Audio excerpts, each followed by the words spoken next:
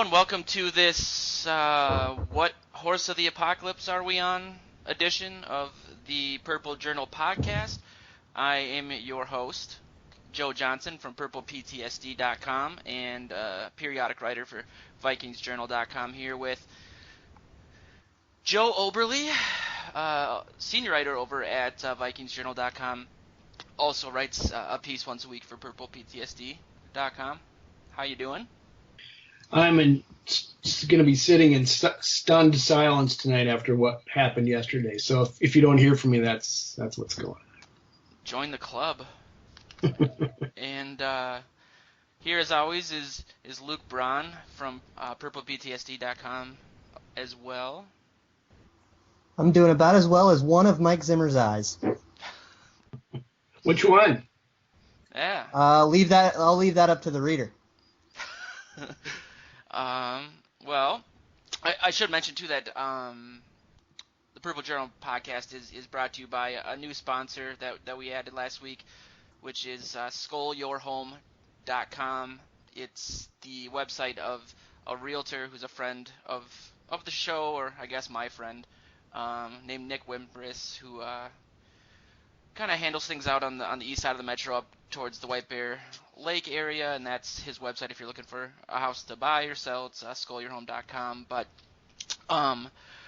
another week. We started off so good, 5-0. I feel like we should change the vernacular of the calendar that we use. Instead of BC and AD, it should be like the pre-bye to the post-bye Vikings. It's a new season, Joe. It's I wrote the other day that it's Zimmer said it was a new season after they went 5-0, and now they've gone 0-3, so it's time to start another one. Yeah. Can we go back to the old one, maybe? That's not. We would have won the Super Bowl in that season. Exactly. Yeah, it's amazing how quickly things can get dark, both on this podcast and as fans of the team. I mean, I guess it was a better game. I don't know. I mean, what can you say about it, really? It was better. It was not good on the whole, right? It was still very bad, but there were definitely signs of improvement. I think there is somewhat of an elixir to facing the Lions' defense, where the offense did look like it was competent again, unlike when we went against the Bears, and it just looked like they couldn't do anything. Yeah. They looked like some things could happen. We saw some stuff we didn't see a lot of. Treadwell got his first catch, and I think that's actually a really big deal. Yeah. So there are some silver linings to hang on to, but on the whole, we just lost a close game at home to the freaking Lions. Only 2 sacks and 5 hits are a major improvement for the line, and certainly for Sam Bradford. I'm sure he felt much better the next day than he did after the Lions game. So it all starts with there. And if you're gonna give him some time to throw, keep him off his back, that's a step in the right direction. How much of the decreased pressure do you think was from getting rid of the ball in at least a similar fashion to what we did before the bye? First of all, and second of all, I know Luke really hammered this home last week on the show, but essentially that if we couldn't get things going against the Lions defense, then we might, it's going to be pretty rough sledding from here on out. But how much of your, I guess, elation is not the right word, it's the only word I can think of, but of the improvement that you saw, was scheme based, or was it just we were playing kind of a bottom rung defense? I think it's certainly both. There's going to be some elements of both. Yeah, they changed the scheme up a little bit. He did better at getting it out. There was an occasional long drop back, but they were fewer and far between, and he that was part of it. But then the Lions are, like you said, they're a middling defense at best, and probably less than that. And they're not going to have the same pressure as some of the other ones they faced. Certainly the Eagles and the way the Bears attacked them. But you saw a little bit of some chipping from the tight ends, and so I think there's a little both, I guess. Yeah, I think there were some matches that the wide receivers don't usually win that they were winning. I do think of the one of Treadwell's first catch. He just absolutely crushes the corner off of the line of scrimmage, but that corner is like, I don't know, maybe could be a walk-on in a D2 team. Like the Lions have terrible corners. So, like, there's obviously caveats to that. But, like, it still was nice to see, like, reasonable performances across the line for the offense. And then it was horrible to see all of the opportunities we squandered by, like, completely crapping our pants in big spots. Yeah. Let me ask you something quick, Luke. What you mentioned how big that was for Treadwell. If you want to elaborate on that a little bit more. I mean, a lot of people are talking about how that is a big deal that he finally got a pass, and it is to a certain degree. But I'm not sure. I guess I'm not sure exactly why. Getting a pass is kind of just draws a lot of attention to it, right? Like, one pass means absolutely nothing, but the fact that he got a bunch more snaps, he seems to be taking snaps directly from Charles Johnson, which is kind of what we all wanted, and I don't think it's too much of a coincidence that this comes in the first Pat Shurmur game. And I feel that, because Charles Johnson was kind of known as Norv Turner's pet project, so as somebody who's not quite as attached to Charles Johnson calling the plays, I think, we're going to see more Treadwell, and that's exactly what we want. That's what the offense needs. It needs a shot in the arm, a new talent. Yeah.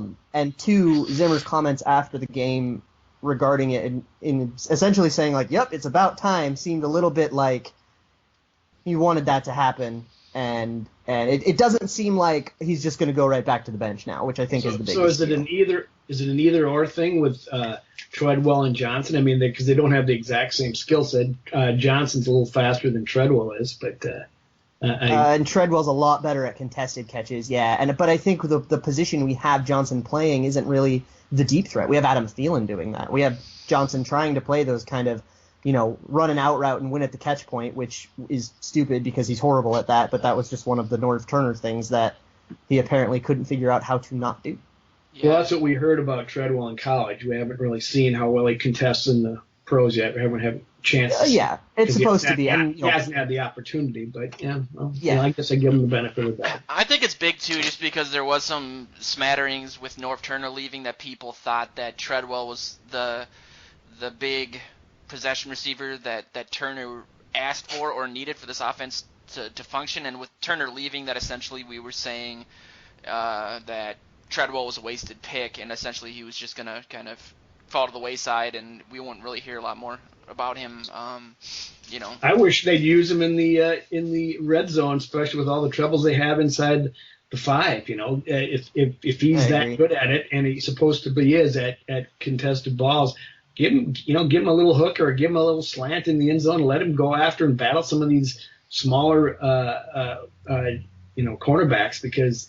And they just haven't tried it there. Maybe it's too big of a spot for him. I don't know. But, boy, nothing else is working. I'd really like to see that out of him. Yeah, I was going to ask. He's 6'3". Get him up on a 6'1" safety and let him jump. And nothing would build his confidence more. I think, seeing him in the preseason, he's obviously not the world's fastest guy. That's been the knock against him. But I think that transition to the game has kind of been the problem for him. I think if he can just get back to basics and do that, not to mention that our offense is terrible and within the 10-yard line, and I don't know why they seem to think that we can run between the tackles all of a sudden. Yeah. Matt Asiat up in the back of the tackles. It's gotten so old. It's failed so many times.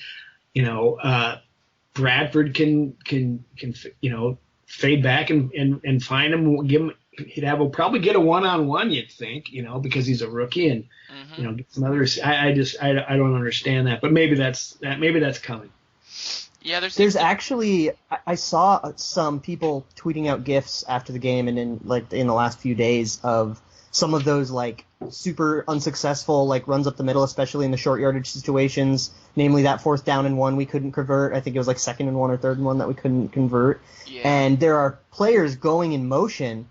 I think it was Cordero Patterson was going in motion like he was going to take an end around, as a misdirection, and the defense just wasn't respecting it at all. He had a touchdown easy if they could just turn around and hand it off, and it's become so predictable that they're not even respecting our misdirection, and it would be so easy to just do anything different, but we seem to be very dead set on cramming every single player on the entire field into a like an 8-yard box Yep. and seeing if our really bad players can beat their probably not as bad players, which, I don't know, it just seems like setting up to lose.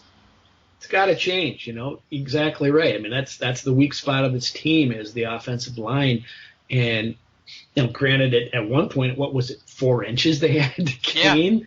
That's unbelievable. And it's not the first time this year it's come down to that. Any professional offensive line could get you that much of a push up front that you could do that. And my goodness, I mean, that is just killing this team over the past few weeks, that not to be able to gain short yardage inside the 5, Unbelievable. Past 3 minutes. I will give credit, on the other hand, to some of the creativity, namely on the touchdown at the end of the game with Rhett Ellison on a jet sweep, because nobody freaking saw that coming. I don't think that was a great play call. Yeah. Even Zimmer didn't see it coming. I wish that's what we were talking about.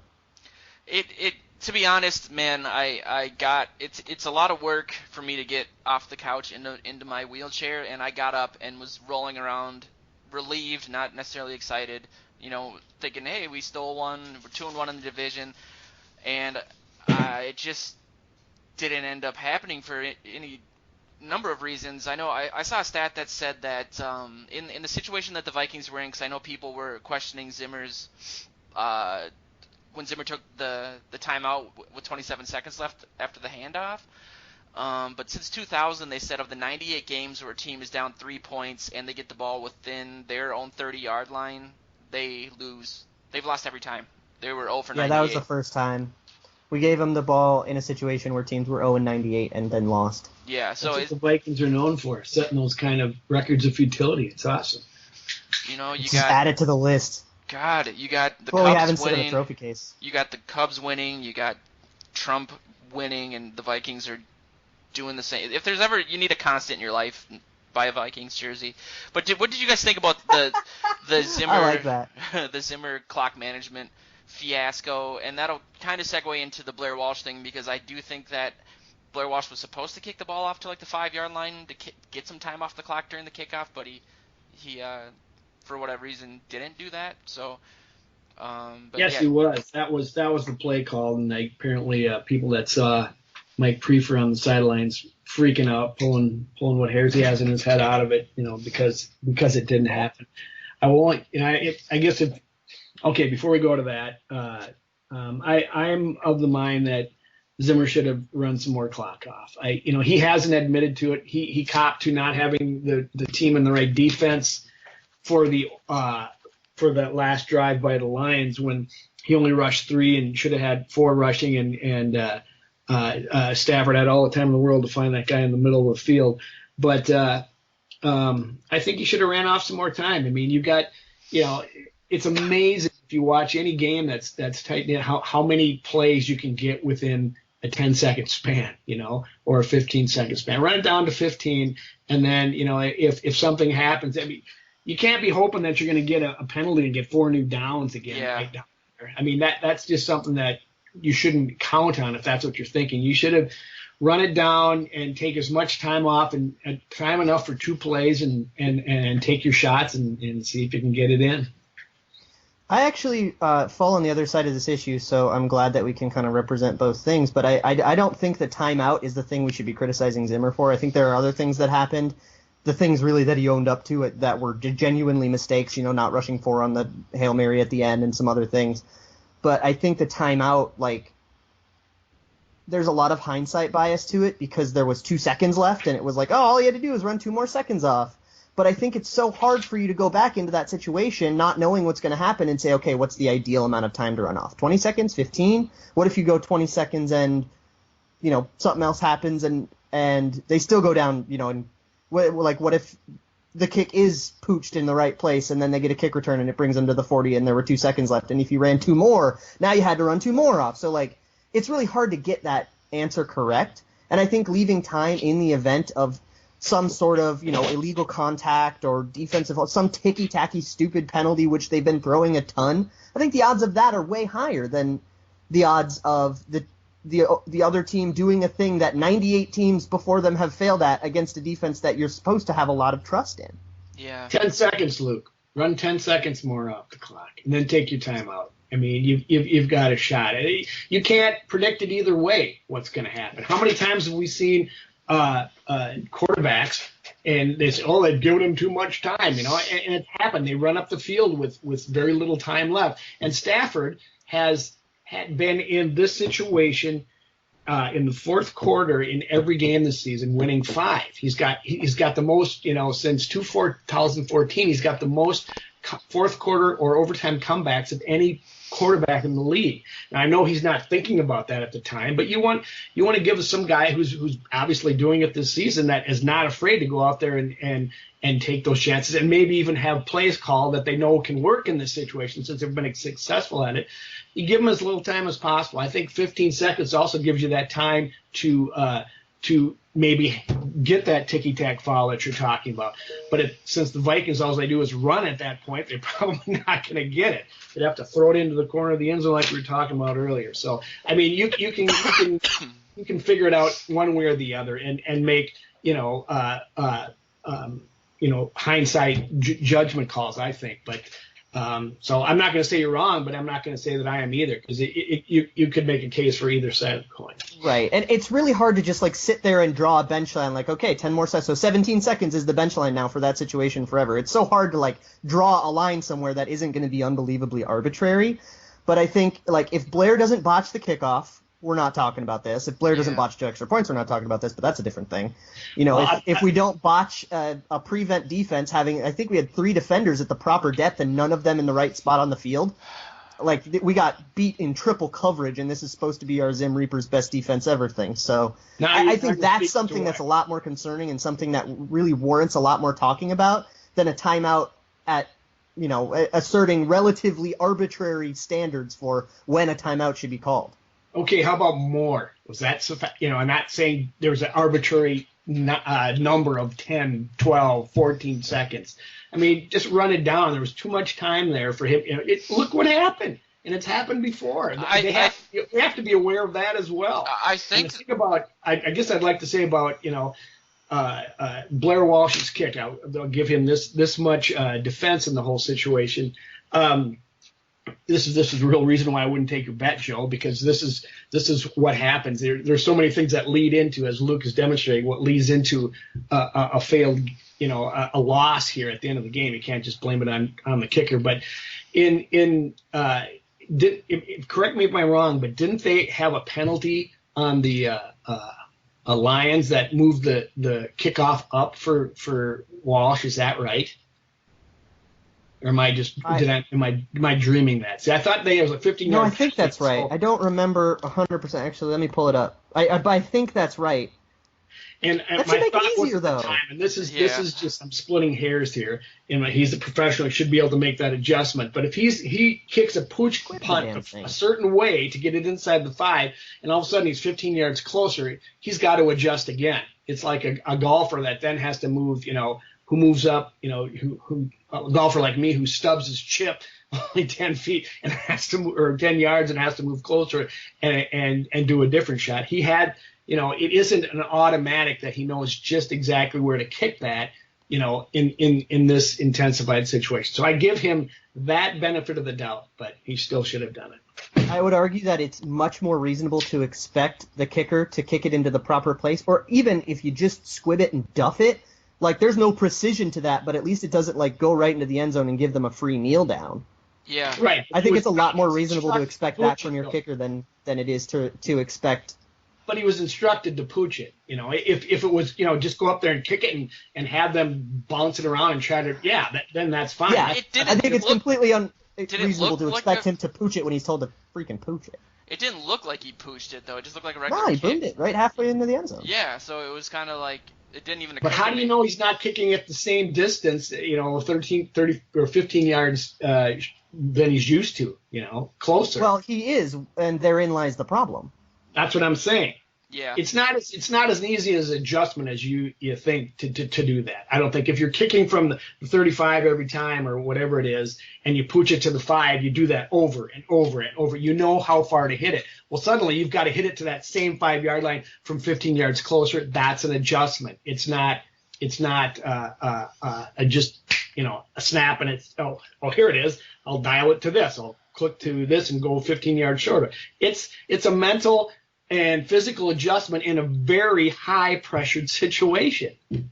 I hear that that's harder, and that definitely makes sense why it would be harder. But I still think it's pretty reasonable to expect our professional kicker to be able to be good at that, and it's definitely a necessity for our professional kicker to be able to perform in high pressure situations, which he has not repeatedly. I said that. I give him a small benefit of the doubt here. I'm not excusing him. He should have been able to do it, but I'm just offering a reason why it isn't just, lockstep. Here it is. And just to confirm, there was a roughing the kicker on the extra point on Johnson Bademosi, making it a 50-yard. So I thought he was 15 yards closer, and nobody's talked about that, so I thought it had a unique perspective on it. I had to throw it out there. Yeah, my dad was saying they did us a favor. He took Blair Walsh out. We thought he might be hurt for the season. Oh, Jesus Christ. That's how things are going in my house. He's no Dan Carpenter. Well, so they brought in, 6 guys this week? And it was interesting to see Zimmer's tone change from what he said after the game and go into pretty decent detail. One of the reporters asked him about it, and he's like, "Have you been watching the season? Hello." And now basically he's saying that he has faith in Walsh. But what did you guys take away from that whole exercise and futility? I mean, do we even? I think we've got a name written down, and we're waiting for one last debacle. I think Blair's on his very, very last chance, and we've got a name somewhere in the back of our minds, and if he goes down, we'll give that person a call.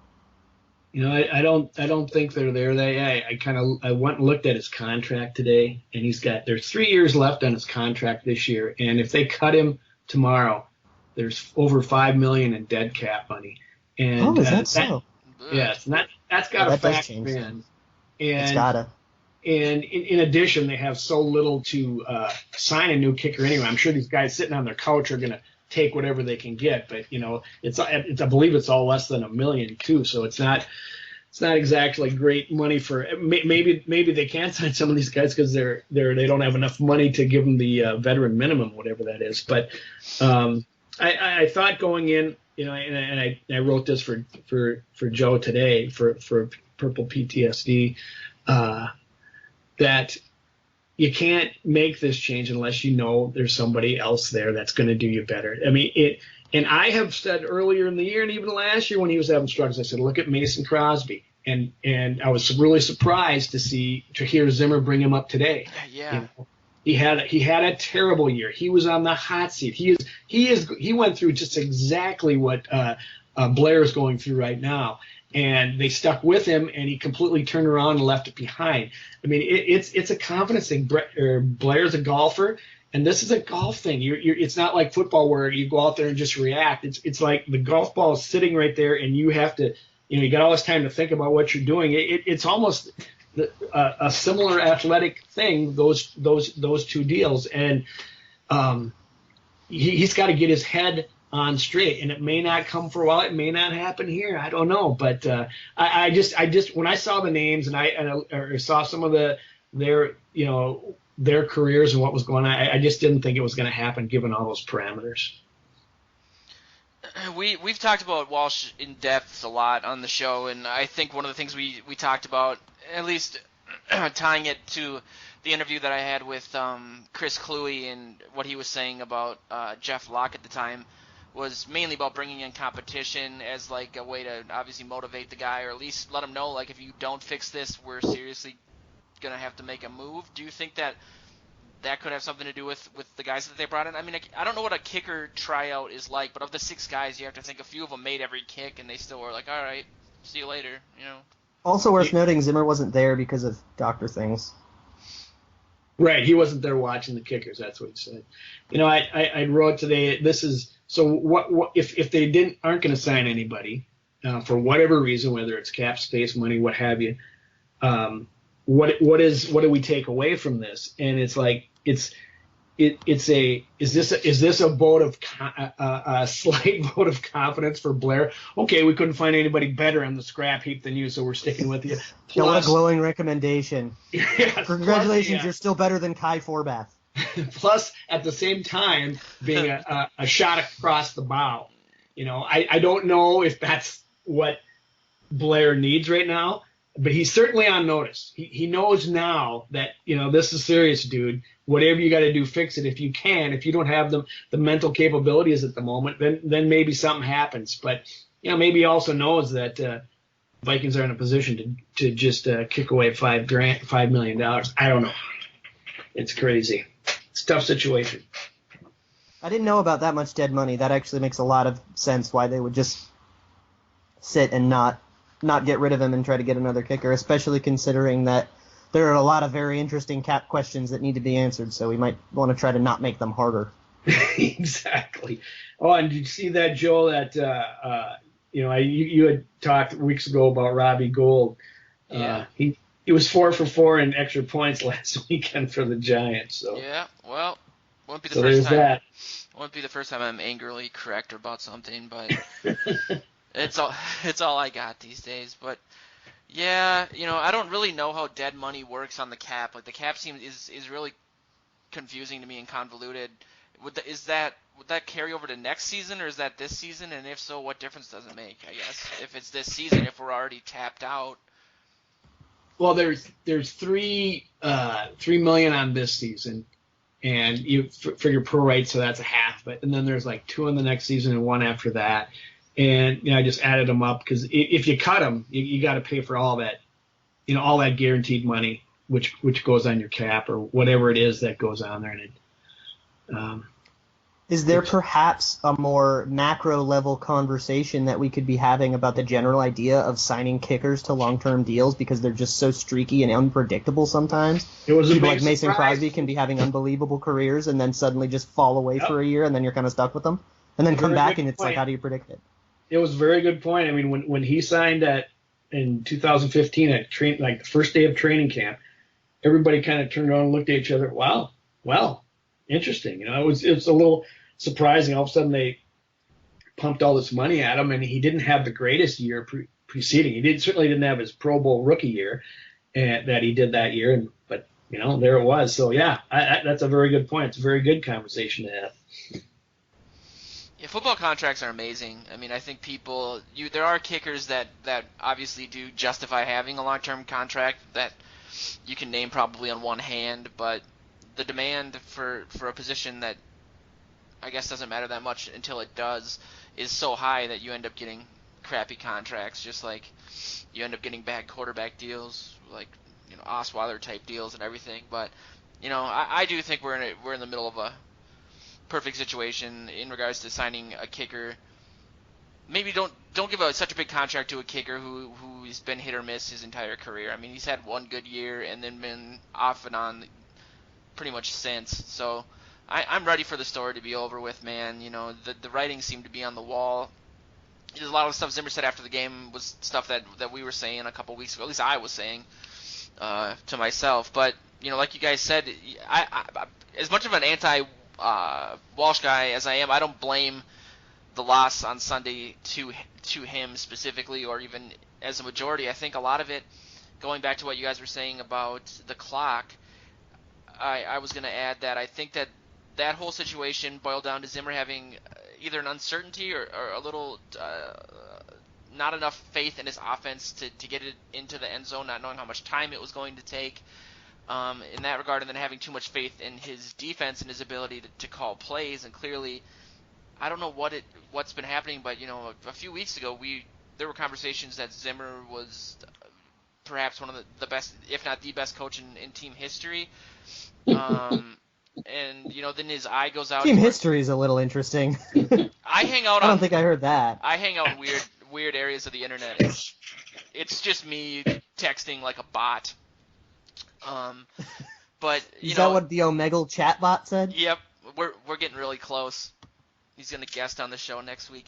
But when was the last time someone referenced Omegle? Like 2006, maybe? Yeah, but I used to in college, man. I loved the Omegle chatbot. Talking in superlatives, it's so useful. It's so precise. It's like Donald Trump. It's like Donald Trump talks. It's just only a Sith deals in absolutes.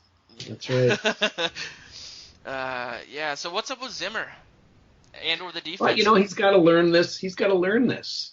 Don't you think, Luke? He's only 3 years into, or 2.5 years. This is his third year into as a head coach to have to make these decisions. He's never had to make them before, and he suddenly lost his right hand man who's up in the booth who could probably has how many people chirping in his ear saying stop the clock or do this or do that, and suddenly he's gone and Pat Shurmur's over there trying to figure out plays. I don't know. It was it's only going to come in time. That's something that you learn, that clock management thing. I don't think Denny Green ever did quite get it, and some coaches have it, some don't, and I think it's learned behavior. I feel like 2.5 years, like being in your third year as a coach, I feel like it's okay to expect your coach to have a reasonable grasp on like clock management. But, I mean, should you see the timeout as something that is like inexcusable and bad? I don't think, well, he's still kind of new as a head coach is a valid excuse for that. It's time. Yeah, and I more meant like just with his, he said that the Bears game was the worst game he's ever called, and then rushing 3 against Stafford. If he's like just thinking too much, or like, and then you have like Harrison Smith on that last play where he pretended he didn't have arms for some reason and just bumped into the guy.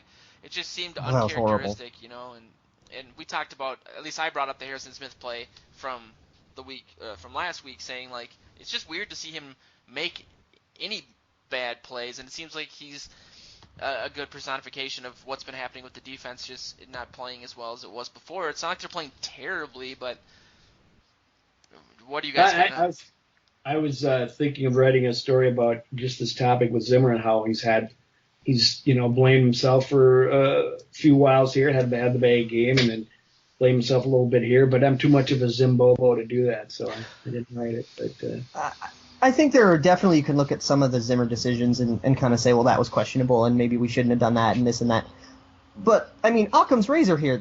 These games are so hard because we're down like 13 starters in all of them. If you look at our preseason projection and the roster we tried to put together that we thought, we looked at a roster and said, wow, we can make a Super Bowl run with this. It is dead. I mean, we've been absolutely decimated, and as much as it's kind of weak and lame to use that as an excuse, if it's close to the truth, it warrants mentioning. It's like the elephant in the room. Everyone died. Yeah, I just think that, people look at the fact that we obviously were having great success for a while and saying, why can't we just go back to it? And I don't think it's that simple. I think this is a correction to the injuries. I think it was bound to happen. I don't think like a 14-2 season was going to happen by any stretch of the imagination. Not solely because they're the Vikings, but just because no team can keep up with that amount of injuries. But at the same time, it does bear, I guess, comparison to say what is different defensively. I think a lot of it does have to do with the fact that the offense is terrible and that they're on the field too much, and there's just too many opportunities. But it's surprising to see Zimmer admit that he's had some bad play calls, I guess. Do you take what they're selling, that they're getting better on offense? That's what they're all selling yes. this week. I wrote for Vikings Journal this week a mid-season report, and I did say, that I think there was some silver lining to this game. Obviously, we should have won it. That would have been a huge momentum thing and a huge benchmark for the offense to come back after a game, multiple games of struggling, and score within the last 30 seconds, go ahead and touchdown. I think that would have been something for them to build on. Not to say that it won't be, but I do think that they're improving, and I do think it has a lot to do with the fact that Shurmur's making those calls. I mean, they looked similar, at least on the last drive, especially with Bradford. But he had, 77.5% completions, 230 some yards. He's on track for 3,500 yards and 18 touchdowns. Why don't they throw a damn pass down in the red zone, for crying out loud? Sorry. Yeah. They did. Cordero Patterson dropped it. Touche. And I'm talking about the infrared zone, that what it was named, inside the 5-yard line, where apparently. I like that, the infrared zone. Yes.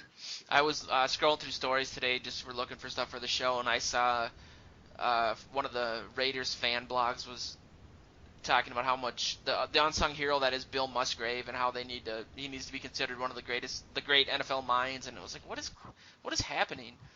Well, it's a lot easier to coordinate an offense when your quarterback isn't Christian Ponder. Yeah, that's true. That's correct, sir. Well, Here's something to hang on to in terms of the offense. You know, we kind of talked about the big Achilles heel of the team being the offensive line the whole time. Ziggy Ansah logged 1 pressure for the whole game on 33 pass rushing snaps, rushing mostly against the left side and specifically Jake Long. yeah. He seems to be playing pretty well. Yeah, he knocked some of the rust off, and he seems to be coming back to, you know, maybe an average left tackle spot, which is great. We would have been thrilled with that if Matt Khalil was average, so Do we need to temper that, Luke, with what you're saying earlier about it is the Detroit defensive line? I mean, if Detroit has anything, it's the defensive line with Ziggy Ansah. I don't think we need to temper it because he was going up against Ziggy Ansah a lot, and he's an all-world player. The secondary of Detroit is really where their defense kind of falters, so the really good performances of all the wide receivers I think we could temper in the passing game in general. But limiting Ziggy Ansah is a feat that should be commended. Yeah, in that midseason report, I went on and on about Jake Long just because he's a Big Ten alum, and I'm kind of forced to do that as a fan of the Big Ten. But do you guys? He answers questions with blood on his forehead. So. Yeah, that's so cool. He just randomly starts bleeding.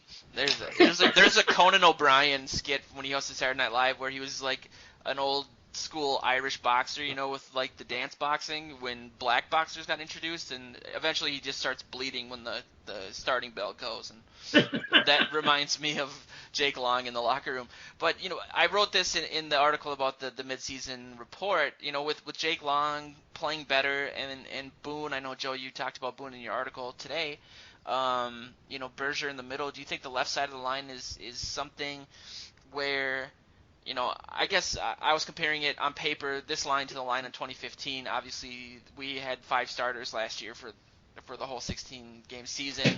The injuries happened earlier, so they had more time to coalesce. Do you think this line has something to look forward to in that regard? At least on the left side, or what are you guys' thoughts on that? I think so. It's going to be interesting to see. You know, I mean, once again, they got to adjust to a reinsertion of personnel with Alex Boone coming back. I mean, that shouldn't be that difficult, but, you know, he and Long, you know, they should do well. You know, Berger should do well. You know, Searles had a pretty good game, I think. I shouldn't say that. I didn't check the numbers, but, you know, you wonder if, with his versatility now that he can be a good backup, and if we can get Clemens to hold his own over there on the right and to sit on the bench. Yeah. I don't know. There's an opportunity, you know, and I haven't really looked at yet what Washington's defensive front is like yet, but you know, you hope to see some more progression here. But, you know, once again, it's new personnel switching back in, and what's his name? Boone's going to have a bigger helmet to help him not get concussions. That's what he was talking about in the locker room today.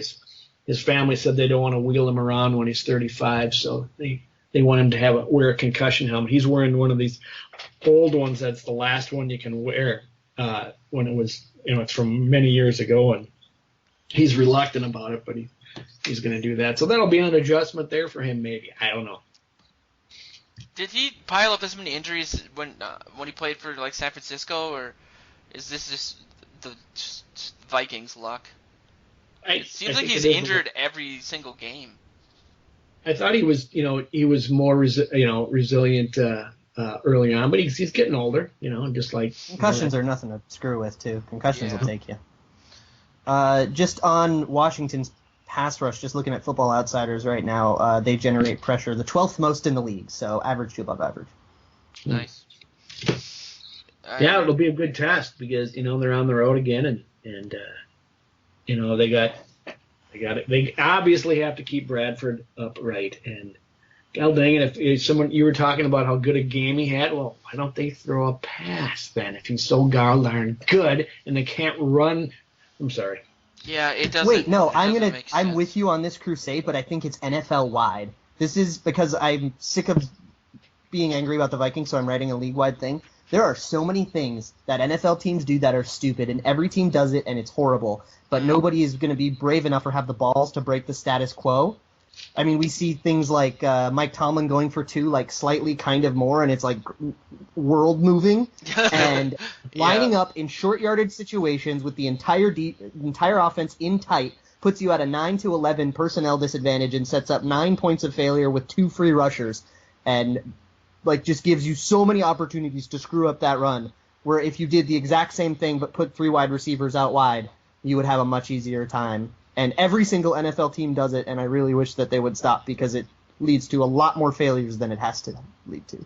It's so frustrating because if you know now that your quarterback is your strength on your offense, and it's like I watch, I have Aaron Rodgers on one of my fantasy teams, and you knew they don't have a running game. So he's going to go down. You're sitting down there at the 5-yard line or the 3-yard line, and you think, oh, God, they're probably going to run it in. I said, no, it's Aaron Rodgers. He's going to go fade back, look around, find somebody or run it in himself. Why don't the Vikings with their, he's certainly Sam Bradford's not Aaron Rodgers, but if he's the strength, then when you need a touchdown down there, when you're down there, do that. I saw a stat today that said Aaron Rodgers is responsible for every Packers touchdown in some way or another. I know he's awesome for fantasy. Like, what the hell? That team's dysfunctional. Should have made that trade when you had the chance, Joe. Jamal Charles. Mm-hmm. Yeah. How did I not do that? I suppose we can transition into the Redskins game here, but before we do that, I just wanted to re-mention our sponsor, who will actually have some more cool stuff to talk about next week in regards to open houses and stuff up in that neck of the woods, White Bear Lake, near Highway 36 part of town. But the website, again, is skullyourhome.com, all one long word, and it's a realtor named Nick Wimperis, who is just a huge fan. First and foremost, he really wants to work with other Vikings fans, so that's why he's working with us, to get the word out there through our channel of just depressed Vikings fans right now, I think. How do you get a hold of him? Does he got a the website? Or your skullviking.com. Go ahead, Joe. This is why we usually unplug his mic, but it's skullyourhome.com. All of his info's on there. He was planning on relaunching the site this week, but that's actually getting pushed to next week, so we'll have more to talk about in that regard. But it's going to be all over Purple PTSD if you guys have any questions. But other than that, we have the Redskins coming up next. Well, a couple days now. God, it's kind of gone by in a blur. Do you guys? I already feel like I know what your answer is going to be, but do you guys feel like this is kind of a make or break game? Not so much in regards to, obviously they can go on a run, and the NFC is kind of wishy-washy. The NFC North is just as much so as the conference in general. But for the team, do you think they really need this win? Yep. Wow. Yep. For the psyche, I think they do. That question was asked of Alex Boone today at Winter Park, and he says, I don't like that make or break thing. He says you got to win them all, and poo-pooed it in some form or fashion. But I think for their psyche and to maintain the lead that they keep saying they still have, which they do, it's a big game, and they've got to get a win. They said, we got to get a win to get our confidence back, and I really believe it. You're a team in free fall. You've got to turn it around. Yeah. I mean, we need to try desperately to not become the next Falcons, and we're sitting at 5-3 now at the halfway point of our season, and playing like a 3-5 team. Well, that puts us 500 out of the playoffs and with a mediocre draft pick. Definitely. In the second round. I didn't expect you guys to both answer that way, but yeah, I mean, the bleeding's got to stop, and it would have been nice for it to end that way against the Lions, and it seemed like they might have stolen one, and that things were gonna correct, but we need to see a lot more out of this offense. The defense needs to try to get back to where it was the pre-bye days. And if man, this season's not looking too good.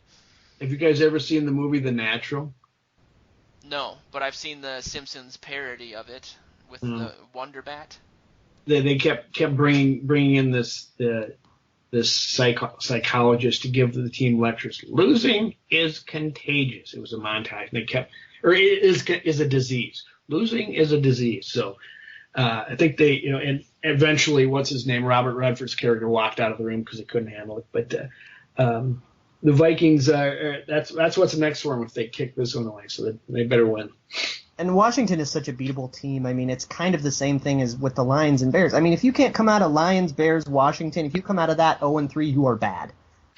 There's a lot of things about Washington. I'm just looking at Kirk Cousins' season stats to date, and he has a high completion rating and a high yards per attempt, but it seems like there's a lot of yards after catch going on because he's like around 9th or 10th in things like completion percent, but then around like 19th or 20th in things like quarterback rating or things like touchdown percentage. And so it's a very flawed offense. They give up pressure at the 25th highest rate or 25th lowest rate. They're the 25th best at preventing pressure, which is pretty bad.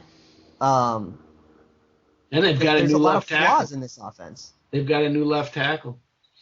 They lost their starting left tackle, and what's his name? Everson Griffiths was talking about. He knows all about him. He says this new guy's will be good, but if he doesn't get to the quarterback this week, you got to start wondering what's up with him. What is going on with that pass rush? That's kind of amazing. That's when I said a few minutes ago about the defense getting back to the way it was before the bye. I was more thinking about getting pressure on the quarterback, and then you have plays like Everson Griffin jumping off sides, which he's going to do because he's quick off the snap, but on like the Sendejo interception, just shooting themselves in the foot a lot. It's just what is structurally different? Is it the play calling? Are we not blitzing as often? It doesn't feel like we're blitzing as often, but I don't have any data on that, so I could be wrong. I tried to look it up and then gave up about 30 seconds into it, but it just seems like something's... That's enough time to make a comeback, though, 30 seconds. Sorry. Yeah. Ah, man. It's too soon, Joe. Too soon. Sorry. That was... Seriously, it's just it's been a weird week. It's been a weird few weeks, but this week especially, I feel like I'm starting to feel like I went under for my surgery, and I'm still under, and they just can't wake me up, and this is my purgatory. This is like St. Elsewhere. Joe's St. Elsewhere, and we're all in a snow globe. Twin Peaks. I would take that. You guys recognize that one? You haven't seen The Natural, but you recognize St. Elsewhere? Yes. I was pitying you. I have never heard of it. Oh, jeez. I think it's safe to say we miss Sharif Floyd. I think it's time for him to come back. What's the word on strange Floyd? Thing? I was in the locker room today. Sorry to say that, but oh, I love it. I love the perspective. It feels so. His locker. There's 3 boxes stacked on his chair, 3 cardboard boxes filled with stuff. I don't know if it's jerseys or things for him to sign or what have you. But they haven't moved. I was talking with Matt Venzel from the Star Tribune, and he says that's been that way for 3 weeks. So has he not been to his locker for 3 weeks? Oh. And the other thing we noticed, and I talked about this in the story, Joe, is Michael Pruitt's locker was cleaned out and his nameplate was gone today. And, he's gone. They must have expected him not to come back, to clear waivers and, come back on the practice squad or whatever the heck. Maybe he couldn't do that. I don't know. But it was a little shocking to see it the nameplate gone. Then the team is not even considering bringing him back. And you wonder if there's something else going on there besides the fact that I conjecture that the way they're going to start structuring their offense is they need tight ends that can block as well as catch, and both Morgan and Red Ellison have demonstrated that. Where Pruitt has been quote unquote working on his blocking since he came here. So definitely wasn't his pedigree. He was always more of a receiver than a blocker. Exactly. So it's a strange deal. Have they given up on him? Is he not tough enough to come back from these injuries that he's having? I don't know what's going on there, but they were so high on him as a rookie, and he's got incredible hands. I remember watching him. He's just so good when he's playing and when he's healthy. He has an unbelievable value on the field. Got to get him back. I mean, he had surgery. Like, we knew he was going to be out for a long time. So I always thought the narrative, like 2 weeks later, they're like, "Where's Sharif Floyd?" Like, he had surgery, but it's time for him to come back, and I think aren't we at the tail end of his timetable now? Shouldn't he be back or getting close now? and we've heard nothing. Are you saying Pruitt or Floyd? Floyd. Pruitt is just kind of like probably the worst tight end on the roster right now in terms of blocking and catching. Yeah. Which I wonder. Is fine because Ellison and Morgan are both very promising talents. Yeah, I wonder if you want to talk about that, Joe or Luke, what you're saying about what's going on injury wise. How have we not heard at this point what's the deal with Mike Harris? Oh, I think it's bad. I've heard of just what I've listened to in terms of podcasts and just on Twitter and just the kind of cryptic things that people say. It seems like some sort of illness, some sort of something going on, and because they're not obligated by the rules of the league to say it, they're not going to say it. Yeah. But it doesn't seem like it's anything that we should hold against him, or that he isn't working hard enough on some sort of rehab. It feels like some sort of disease or some sort of right. But I just find it strange that it hasn't come out by this point. It's terrifying, is what it is, because that means it could be something really, really bad. Yeah, there's nothing about Floyd anywhere. The most recent update is a week old, and it just says he hasn't been practicing. So. And Zimmer doesn't like to talk about Floyd very much. You bring up him and his manner kind of clouds over, and he's terse and curt with his response. I think he's frustrated with Floyd, but I that's conjecture. I don't know. It just seems that way. He should be back. He shouldn't have to. Do you think 5-year option or no, which we have it, right? Do you think Sharif Floyd is a Viking in 2017? Oh, that's a good question. I don't know. I think based on what I see from Zimmer being pissed off about it, I think he wants him to be, because he's a decent player for him. But it's the old Bud Grant line was durability is such a huge characteristic of an NFL player. To be on the field, to be there and play. I mean, you can be good and you can be great, but if you can't get on the field, you're no value to the team. And I sense just a bit of frustration from Zimmer there. So I don't know if that really answers your question, but at some point Zimmer's going to get fed up and move on. So I don't know, maybe not. Yeah. Well, what are you guys looking at predictions for Sunday? You want to go first, Luke, or I could, but mine's pretty. You go first. I need to think about it. Man, I lied. I honestly, deep down, don't think we're gonna win. I just don't. But I agree with you guys. I think we need to, and I think that they're gonna put everything into this game to make it happen. So I'm gonna have to go for it. I just, rewatching the Lions game and thinking about what you guys were saying about a get-right game and the fact that, sure, we got better, so that's a step in the right direction to getting right. But, I don't know. I just think the team's kind of in disarray, I think, a little bit. Obviously, not just talking about the injuries, but with Norv Turner leaving, I think that took a little bit of a toll on Zimmer's psyche, and I think play calling wise, he just hasn't been as sharp as he was before. So I'm gonna say that we're gonna win 14-10, but I honestly think we're probably gonna lose 14-10. But I have to say that we're gonna win because we have to. 14 is 41 transposed, Joe. Numerology. God damn it. It's true. I'm into the occult now after the election last night. I need to find answers. All right, I'm ready. Go ahead. I don't feel good about this game, and I don't feel very confident in this team. I think until they can prove that they've worked through some of these kind of catastrophic, quote-unquote, uncharacteristic issues, I'm starting to not feel so sure that they're uncharacteristic, and until they can prove me wrong on that, I'm not going to pick them in another game. 19-10, Redskins. Yay. Boy. Oh, I haven't looked deeply, and I'm going to start writing my preview tomorrow, so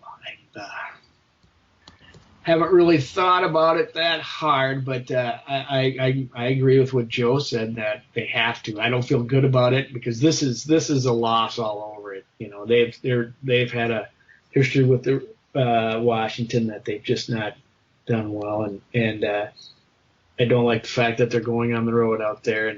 But I think they've been embarrassed. They've gotten a little confidence back. They're going to pull together because they're under the gun. You know, everybody's on them, like what's going on. I think they're going to squeak out a close game and probably 21-17. How about that? It'd be nice to put up 3 touchdowns. I think, Luke, man, the way you said it is a really interesting talker in regards to whether or not things that they're saying are uncharacteristic are actually characteristic. And I wrote in an article this past week, about how recency kind of dominates storylines in the NFL and what have you done for me lately sort of deal. And I think people are starting to kind of get away from this is the team that this is the pre-bye team. Still, they're just having some troubles. If you get what I'm saying. Essentially, they're not as good as they were advertised earlier in the year, and I think this game is going to go a long way into showing us which team we have. And if they don't win it, yeah, man, I don't know. I mean, they could make the playoffs, but what's the point? Nothing matters. All we are is dust in the wind. Everything will end. What's the point? The point is another week of football, Joe. That's true. We get to watch all kinds of football. Yes. Come on, man. I'm going to start getting into pro billiards or something. A little less gut-wrenching. Have you watched billiards? We'll That is handicap that intense. next week. We'll handicap billiards next week. There was a former pro billiards player that a billiards hall or whatever you call it over in Columbia Heights that we used to go to in high school, and he was really intense, and I used to get drunk and kind of hassle him a little bit, so we finally played a game of 9-ball, and I beat him, but like completely on a fluke because I'm terrible. I just hit the ball as hard as I could, but I called it. It was great. I was never allowed back, but at least I can tell people I beat a pro billiards player, whatever that means. While you were in high school. Yeah, prodigy. Getting hammered in high school, Columbia Heights. Okay. Those are 2 recipes for success: Columbia Heights and alcohol. Yikes. So yeah, we'll be here next week, come hell or high water, to check in. I do have one more thing to maybe point out for this Washington game that we should pay attention to / be worried about. Uh-oh. We have a team that absolutely hates knees going to play on FedEx Field. Hates what? Knees Knee and cartilage injuries. in general. Have they had a lot of injuries there? FedEx Field is what killed Robert Grissom III, and also that's where Adrian Peterson suffered his ACL injury. And their field is also generally ass. Well, we got that going for us then. Right. Yikes. And Blair Walsh kicking outside. Oh, goody. Yeah, Oh, Jake goody. Long's got the 2 ACLs in his knee, so I'll be watching that all day. But Ooh, I have a hot take. Ooh, I got to give you a hot take. spicy. This team with Teddy Bridgewater healthy is 6-2, and I'm not going to tell you any more details than that. Well, who said Which that? team? The current Vikings team With Teddy Bridgewater, should Teddy Bridgewater stay healthy and all other things be the same, injuries and all, this team's 6-2 with Teddy. Yeah, That's a hot. Really? so they would have won the Lions game? I'm not telling you which game I'm saying. They would have. It would have been the Lions game. What? I mean, that's I'm just offering your. no more details. Yeah, I'm like. It's a hot take. Okay, I was thinking like you got some sort of message from an alternate dimension, but No, it's a hot take. dude, I mean that we should actually talk about that next week. But I would say it's speaking of an inverse of numbers, like Joe said, 41-14. I'd say it was 2-6 at best with Teddy, but that's a story and an argument for next week's show. And quite frankly, I've lost the will to live. So, But you'll be back here next week. you know it. Just Okay. I got a lot of C-SPAN to get off my DVR. So with that, I wanted to thank everyone for listening. Wrap up the Purple Journal podcast, brought to you again by Follow all the Twitters. SkullYourHome.com. You can follow us on Twitter at PurplePTSD, at Vikings Journal. Go to our websites, respond to my match requests and winks, and check in next week.